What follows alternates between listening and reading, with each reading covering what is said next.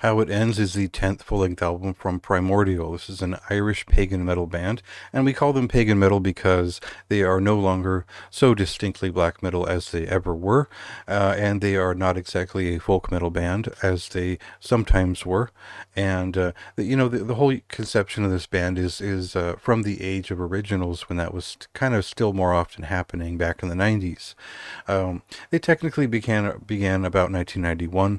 I've heard different reports on that. We'll go with what the band says, and their influences were sort of not necessarily all over the place, but they were unique for its time because there was obviously an interest in early black metal, whether it was Bathory's late 80s work or Samael's work from around that time.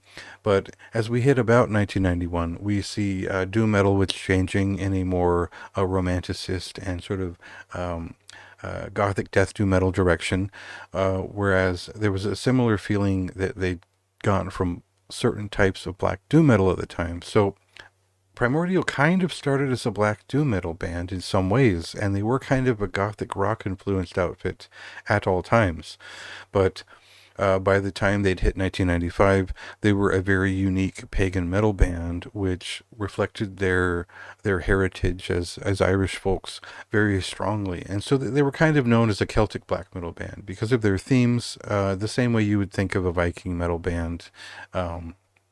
At the time, when in fact they had a quite unique sound, and it was no longer so influenced by doom, but there were certainly elements of folk uh, and heavy rock music and all sorts of things working into their quite elaborate, usually about hour-long records. They put a lot of work into those, so um, that I guess the thing to note, there's so many records to get through here. I couldn't possibly go over all of it. I think the thing to note is that most people saw their evolution arrive quite early, but once they hit Metal Blade Records and about 2005, that's when they took off and became their signature was really what they kept doing for all that time. It's what they've stuck with since, and they've really been iterating and developing on it since that point, usually with records that count quite a lot. They don't just chop one out every couple of years and tour on it.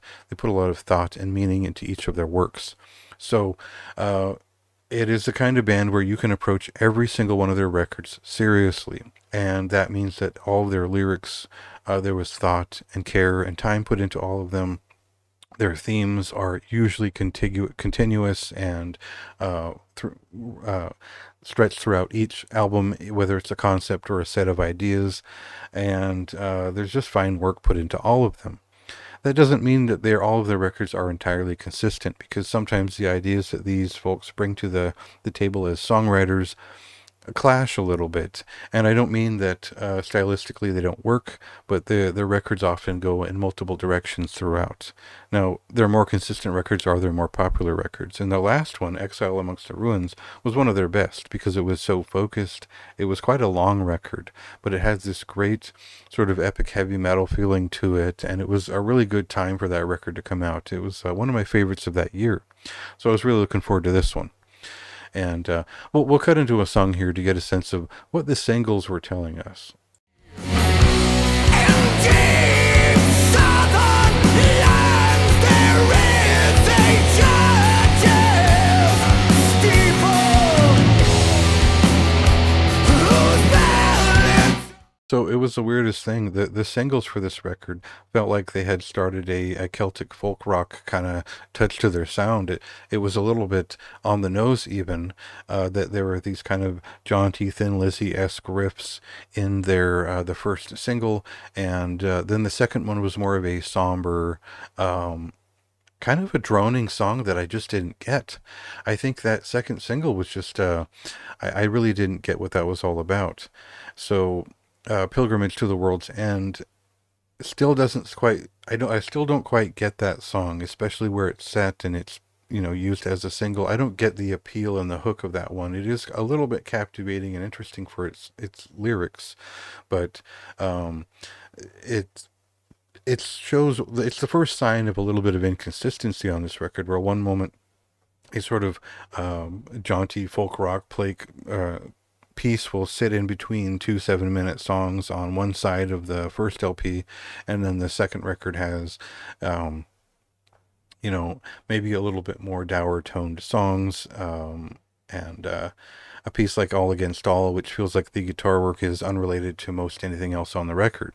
So, um, there's a lot of classic Primordial on here, and if you followed the band since at least the early 2000s, you'll get that. Most of this record is very much in their lane, and adds some new things to it. There is some heavy rock influence to all of the work here, but they've really focused on the expressive quality of the vocalist's work, and he definitely tells a lot of intriguing, inspired stories in some of these songs. So I think, it's not that I was disappointed with this record in any way. It's not that I found it lacking in any way. It's just that it is one of their more all over the place releases. That is, it doesn't really benefit them that they're still writing these 7 to 8 minute songs when the full album isn't consistently in that vein. So as it jumps around between these ideas, some of it works and some of it doesn't. And I think that overall, did I like sitting with the record for an hour each time? Yeah, I still ended up really enjoying the hell out of this album. I think that there's just a couple of points that just felt kind of goofy and off the cuff at times, which felt a little bit soft and a little bit strange, but added character to how this record is different from the rest of their discography. And in the long run, I know how I'll appreciate that, knowing a lot of bands with a lot of very big discographies. So ultimately, I can appreciate this step in Primordials, how it all came together. But I don't think it is like my favorite record from the band to date. I think it's more there's a couple of songs that are just perfect. Well, a few. There's several pieces on here that are quite good and memorable. So, high recommendation for me.